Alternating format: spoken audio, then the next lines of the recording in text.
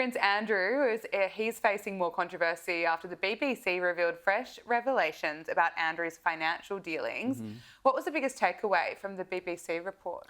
Yes, so this was a report that appeared in the BBC earlier this week, and it was basically to do with Pitch at Palace, which was, as royal sort of watchers will probably remember, Pitch at Palace was is almost like a Shark Tank style show, but it wasn't a show, it was a presentation at the palace where Prince Andrew would basically invite investors to meet with young entrepreneurs and business people, and it was sort of an opportunity to network. So, I think it was something at the time that was considered quite a positive thing that Andrew was doing as a working royal, and he sort of had these contacts that he gleaned from that role, and it was valuable in a way, and it was, I guess, his personal, venture. And so after he was stripped, or I should say stepped back from royal life after the notorious Newsnight interview, the ownership of that Pitch at Palace kind of venture was transferred to a man named Doug Barrowman, who is a very high-profile British millionaire and quite controversial because there's been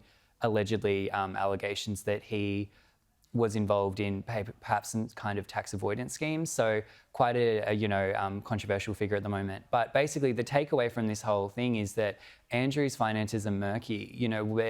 It's very unclear where his wealth is coming from. How is he funding Royal Lodge? Like, we know that, King Charles is not paying for the property. So they've managed to hang in there. We've been talking about it on this show now for over a year. They haven't been evicted. They've managed to stay there. So they are funding it. And we know that it's multi-million pounds every year to pay for that property. So it's very unclear, but I've heard from a source, which I can't really go too much into, that there's a lot more to come about Andrew's finances. So stay tuned for that. Okay, looking forward to hearing more, Reilly. Now, heartbreaking new details have emerged about the shocking death of Prince Andrew's accuser, Virginia Giuffre. Yeah. What have former neighbours and friends had to say about her passing? Look, this is just such a tragic case. Virginia Giuffre she showed so much bravery in her life. Absolutely. She spoke out against Jeffrey Epstein and I guess Prince Andrew and the British establishment in a way, which took amazing courage and bravery. And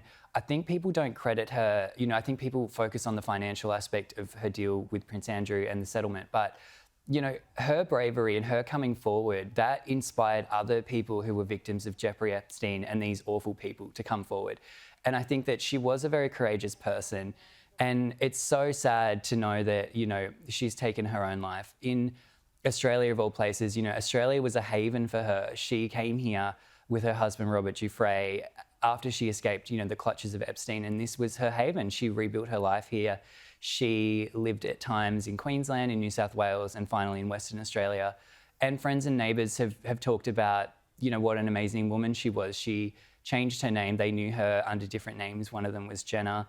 And she was a normal mum. She was just a person that was, had gone through these sort of awful and dark and kind of extraordinary circumstances, and she really rallied. So it's absolutely heartbreaking. There was a note that allegedly Virginia wrote that her sister-in-law has released, and it kind of just was somber. It said, talked about fighting for women, fighting for victims of trafficking. And I hope that's her legacy, and I hope that people don't take this path of conspiracy, because at the end of the day, she was a brave woman who lived in very kind of exceptional circumstances. Absolutely, and she should be remembered for her courage and her bravery and the devastating news coming out of Australia.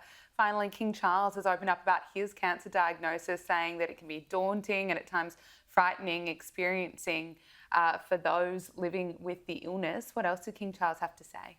Yeah, this was a really heartwarming speech by the King.